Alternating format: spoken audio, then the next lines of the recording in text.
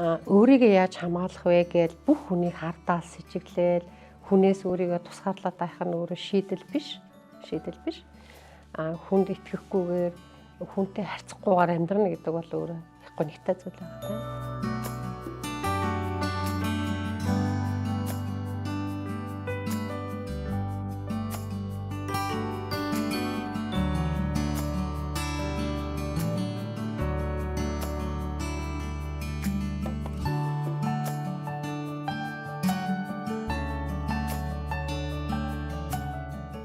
За нийгмийн сэтгэл зүй гэдэг маань өөрөө олон хүний бөөгнөрл, олон хүмүүсийн одоо сэтгэл зүйн ерөнхий нөхцөл байдлуудыг хэлж байгаа гэсэн үг шүү дээ, тийм. Тэгэхээр нийгмийн сэтгэл зүйд нөлөөлөгч хүчин зүйлсүүд гэж бас байна.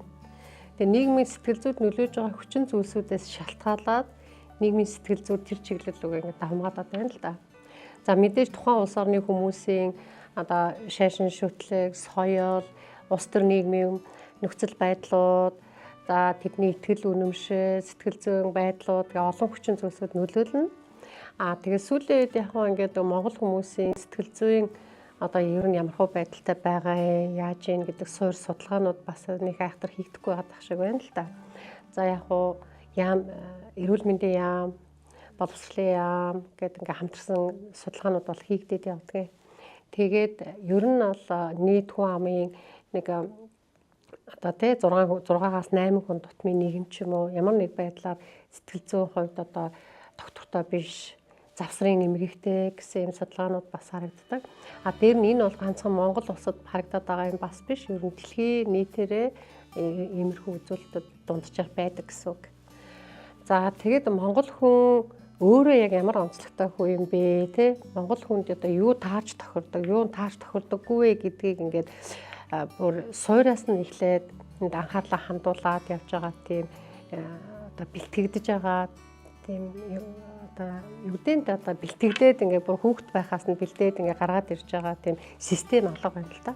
Тийм тэр маань бас алдагдчихлаа тий.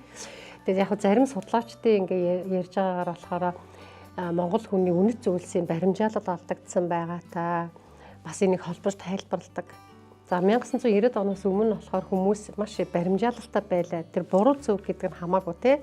Ямар нэгэн юм руу тэмүүлсэн, тэрний төлөө ингээд зүтгэсэн, хөдөлмөрлсөн үнэт зүйл нь баримжаалалтай. Энэ миний хамгийн үн цэнтэй, энэ маш чухал гэдэг юм баримжаалалтай ард түмэн байсан байна. Гэтэл 90 оноос хойш тэр баримжаалал нь байхгүй болсон, алдагдсан. Тэгээ үнэт зүйлс гэдэг зүйл нь өөрөө алдагдаад ирэхээрээ нийгэмд асар том тогтворгүй байдал бий болоод байна л да. За дээрэс нь Монгол хүмүүс чинь бас өөртөө ингээд нэг тийм юм цуу яриа ч юм уу те иймэрхүү зүйлс итгэмтгий гинэн гэж бас ингэж тодорхойлогдоод байдсан шүү дээ. Жишээ нь одоо нүүдэлчин ахуй соёл нь өөрөө одоо нэг морьтой хүн давхиж ирээд мэдээ дамжуулдаг ч юм уу те сахалтай айлаас нь нөгөө сахалтай айлд нь ирж бууж мордсон хүмүүсээр мэдээ дамждаг нэг ийм уламжлал байлаа шүү дээ те. Тэрүүнтэйгээ одоо бидний менталит, бидний тарих бодол сэтгхүүн маань холбоотой байгаад байна одоо ч гэсэн. За тэгээд нийгмийн сүлжээнд ямар нэгэн мэдээ тавигдлаа гэхэд тэрийг нягталдаг, шалгадаг, их үндсийг нь хайдаг, үнэн зөвийг нь тогтоох тийм сэтгэлгээ баг байгаа гэсэн үг. Тэгэл нэг юм гарахаар бүгдээрээ шуурдаг, бүгдээрээ тэрийг одоо ингээл тараадаг тий тэр үнд ингээл бүгд автаад байна л гэсэн үг.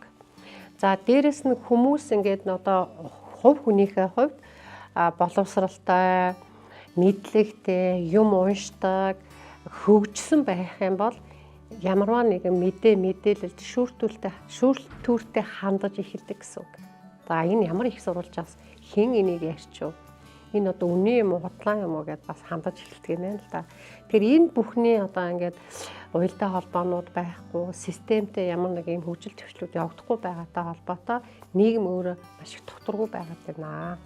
За тэгээд тухайн нийгмийн улс төрийн бодлого, эдийн засгийн нөхцөл байдлууд энэнд бас давхар нөлөө үзүүлнэ шүү дээ тий. Тэгэхээр бүр улс ууртай хүүхдийг бүр багаас нь энэ бүх зүйлийг бэлдэж системтэйгээр хөгжүүлж ирснээрээ бид нар бас энд жаахан ч гэсэн хувь нэмэр оруулах байна. Яг нь үнэт зүйлийн баримжаалалтай энийг би бас холбож бодоод байна л да. Жишээлбэл юу яг үнцэнтэй, яагаад энэ үнцэнтэй байгаад байгаа юм. Тэгээд яагаад үнэт зүйл гэж ярьж байгаа нэхээр нэг үнэт зүйлийн баримжаалалтаа хувь хүмүүс тэрнийхээ төлөө сонголт хийж тэрнийхээ төлөө шийдвэр гаргадаг байхгүй юу? Жишээлбэл миний хувьд одоо эрүүл мэнд минь үн цэнтэй гэж би бодож байгаа хэд эрүүл мэндийнхээ төлөө би шийдвэр гаргаж сонголт хийнэ дээ. Тэрүүнтэй адилхан нийгмээрээ нийтээрээ үнэт зүйлийн баримжаалалтаа байхыг эрхэмлэж явах хэрэгтэй байдаг юм байна. Тэгжээж улс орн тогтвортой хөгжих замаа бас олж авдаг. Тэгэхээр нийтээрээ бөөнөрөө одоо нийгмээрээ юуны төлөө бид юуг баримжаалж хөгжих юм бэ? Юуны төлөө ингэж одоо ажиллаж амьдарч баялаг бүтээж урагшлах вэ гэдэг нь тодорхой бас байгаад байна гэж хэлэх гэдэг. За хүний одоо тарих байна шүү дээ. Хүний тарих ингээд ямар нэгэн муу мэдээ ингээд айдас түгшүүрт автсан ямар нэг мэдээлэлд илүү сэргэг ханддаг юм байна л да. Яагаад тэгэхээр хүнд ингээ амьд үлдэх survival тийм амьд үлдэх асар том одоо хүсэл байдаг гэсэн үг. Тэр нь яадгүй гэхээр ямар нэгэн юм хүчтэй тийм сөрөг өөрт нь гэмтэл учруулах ч юм уу айдас давтуулах тийм үйл явдал үйлдэлд хүчтэй хариу үйлдэл үзүүлдэг гэсэн үг. Энэ нь яаж байгаа вэ гэхээр нөгөө хар бараа мэдээллүүдэд хүн тэрэнд илүү хүчтэй одоо хариу үйлдэл үзүүлж штэ. Тэгэнгүүтээ тэр одоо бараа мэдээллүүдийг хар бараа юм дээр илүү их анхаарал нь төвлөрдөг гэсэн. Тэгээд тэрийг буцааж илүүтэй тараагаад байх нь л дээ. Тэгээд сайхан одоо тэ хэрэгтэй тийм мэдээллүүдэд хүмүүснийг тийм анхаарлаа төдийлөн хандуулж тэрүүнд ингээд төвлөрдөггүй байна л да. Тэр нь бидний бас тархины одоо үйл ажиллагаатай бас холбоотой байдаг. Тэгээ тархи маань өөрөө амьд үлдэхийн тулд өөрийг хамгаалах тэр механизм нь тэр амьд үлдэх гэдэг байгаа шүү дээ. Хамгаалах механизм тийм сөрөг өөрт айдас түгшүүр авчирж байгаа өөрт нь одоо хортой гэж бодсон тэр мэдээллүүд дээр илүү хүчтэй хариу үйлдэл үзүүлдэг гэсэн үг байхгүй. Тэгэхээр нийгэмд гарч ирж байгаа тэр айдас түгшүүртэй хар бараа мэдээллүүд тархаад байгаагийн гол шалтгаан нь бас тэр байдаг. Тий. Тэгээд ингээд нийтээрээ юмд шүүлтүргүй хандаад тэрүүнд нөгөө юм за хүүхдүүд уншчвал яах вэ гэдэг тийм цензур алга байна шүү дээ. Дээрээс нь бид нар нийгмийн сүлжээнд хүн болгон дураараа нийтлэгч болцсон. Тэгээ хүн болгоны нийтлж байгаа тэр мэдээлэл болгоныг одоо цензурддаг болон болохгүйгийн шүүдэг тийм механизм нь бас ингээд байхгүй байхч боломжгүй юм шиг байгаа тий. Тэгэхээр эндээс яах гэдэг нь тэгэхээр хувь хүмүүс өөрсдөө мэдлэгээ дээшлүүлдэг юмд няхуур ханддаг байхыг шаардаад байгаа гэсэн үг. Тэглээгээд одоо хажуу айлынхаа хүмүүс таалгаа тайлж өгөхгүй гэж бүгдээрээ хаалгаа тас түгжээл явж байгаад хэнийг ч хүүхдээ хинтээ ч уулзахгүй байснаар энэ асуудлыг шийднэ гэсэн үг бас биш шүү дээ. Тийм биз дээ. Тэгэхээр чинь нөгөө хүмүүсийн амьд харилцаа хаачих юм, бие биедээ итгэл хаачих юм. Тэгээ хүн хин нэгэнд итгэхгүйгээр итгэлцэл байхгүйгээр амьдралыг туулна гэдэг бол өөрөө бас аимшигтай зүйл. За яагаад юм харгас хэцүү болчих өөрлө үнц нь юу вэ гэхээр би ингээл ганцаараа шууд хариулждаг хариулт бас биш л дээ. Энд ингээд маш олон төрлийн судалгаануудыг, суур судалгаануудыг хийж шалтгааныг нь олж тогтоох гэсэн үг. Яг уу зүгээр мэрэгжлийн хүмүүсийн хувьд те ингээд одоо салбарынхны хувьд энийг харж байгаа өнцөг юу байна уу гэхээр нийгэм маш тогтворгүй байна.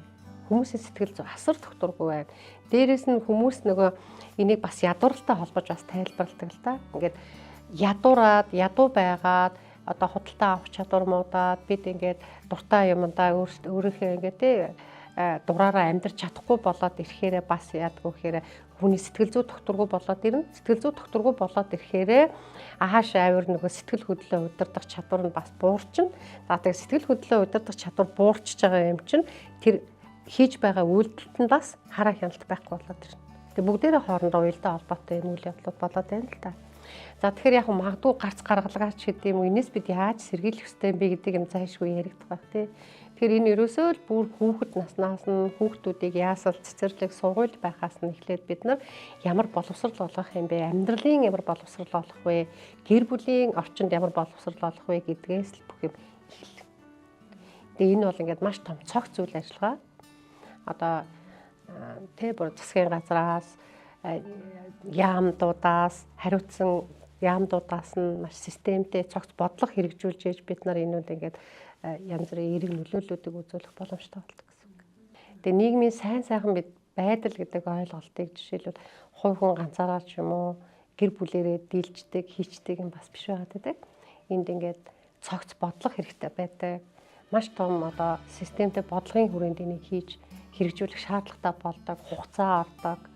Тэгээ магадгүй бид өнөөдөр ингээд бүх юм болохгүй байгаа юм шиг ингээд санаж байгаа ч гэсэн болж бүтэж байгаа юм бас зөндөөл байгаа. Тэгэл ялгаагүй бид нөгөө нэг илүү болохгүй байгаа юм дээр хүн нөгөө төвлөрдөг гэж ярьсан шүү дээ. Тэгэл илүү тэгж харж иж магадгүй байх гэж би бодож байна. Нөгөө талаасаа өөрийгөө яаж хамгаалах вэ гэж бүх хүнийг хардаал сэжиглээл хүнээс өөрийгөө тусгаарлаад байх нь өөрөө шийдэл биш. Хүнд итгэхгүйгээр хүнтэй харьцахгүйгээр амьдрна гэдэг бол өөрөө их гонигтай зүйл байгаа тань. Тийм болохоор энд ийм одоо ядаж гэр бүлийн орчинд те одоо ээж аав үр хүүхдүүд хоорондын харилцаа тэгээ эргээд ингээд анги хамт олноороо байгууллага дотор хоорондын харилцаа гэдэг жижиг бүлгүүдийн харилцаанууд бас ингээд эерэг хандлага, эерэг харилцаагаар хөгжөөд ирэхээрээ бид нар нийгэмдээ нөлөө үзүүлж эхэлдэг гэж үздэг. Тэгэд нийгэмд нөлөө үзүүлж байна гэдэг нь өөрөө бас юм хэд хэдэн юм үйл явцуудаас бас одоо илэрч болдог л доо. За жишээ нь хүн одоо зүгээр ингээд байгаль орчноо хайрладаг, хамгаалдаг бай, хогоо ангилж ялгадаг байхаас эхэлдэг юм байна. Жижигхэн үйлдэлээс эхлэх нь. За тэгээд таныг байгаагаар чинь хэн нэгэн хүн даган дуурайдаг, энэ хүн шиг болох юмсан гэж хүсэж тэмүүлж байгаа нь өөрөө нийгэмдээ оруулж байгаа асар том хувь нэмэр юм байна л да. Тэгэхээр хүмүүс нийгэмдээ хувь нэмрээ оруулаад эхлээл байх юм бол бид нар энэ сөрөг үйл явдлуудыг бууруулахад бас том нөлөө үзүүлж болдог. Тий. Одоо жишээлбэл тэнд өөрийгөө эмэгтэй гэдгээ мэдгүй ингээд явж байгаа одоо нарциссисттэй ингээд янз бүрийн завсрын эмэгтэй явж байгаа хүмүүс зөндөө штэ. Ерөөсөө ингээд одоо тий бараг 6 хүн тутмын нийгэм, 8 хүн тутмын нийгэм гэл ингээ ярьдаг тий. Энэ бол бас баримжаалалтай л тоо байгаа. Тэгэхээр энэ хүмүүс ер нь бол юм байна. Хүн өөрөө өөрлөгөө өнгийгээд миний ямар нэгэн болохгүй байна да гэдгээ мэдэрч тэрүүндээ ингээ харах хэмжээ авах сэтэл төрхөөс нааш бид ингээд хин нэгэн хүний хүчээр ч юм уу тий чи эмгэгтэй байна, чамааг эмчлэе гэх тийм ямар ч боломжгүй гэсэн үг. Биеийн эрүүл мэндийн хувьд одоо одоо зүрхэн өвдлөө гэдэг юм уу, дагалт нэгслээч гэдэг юм уу, эсвэл гар хөлн хуурчлаа гэхэд бид ингээ хараад эмчилж болдог тий. Гэтэл сэтгцийн ямар нэгэн эмгэгүүд чинь ингээд харж болдоггүй, ил гарч ирж харагддаггүй. Тэгтээ тэр хүний гаргаж байгаа зан үйл нь эргээд нийгэмд их асар хортой нөлөө үзүүлж идэг юм зүйл байгаад байгаа шүү дээ тий. Тэгээ энэ нь цаанаа ингээд маш нарийн учир холбогдолтой хүн өөрөө өөрийгөө ингээд ойлгоод ухаарад ингэхтэн л бид нар одоо янз бүрийн сургалт юм бумаар дамжуулж нөлөөлнөл гэхээс шууд барьж аваачаал чамд эмгэг байх шиг байна. Зүрхний дискочиг хөдөлчлээ очиж эмчлүүл гэж хэлэх тийм эрх зүйн ямар ч үндэслэл байхгүй. Тэгэхээр энийг одоо яг ингээд эмчилчнэ, ингээд тэгчнэ гэхээсээ илүү одоо энийг яаж менеж хийж болох вэ гэдгийг л зөв зохицуулах шаардлага.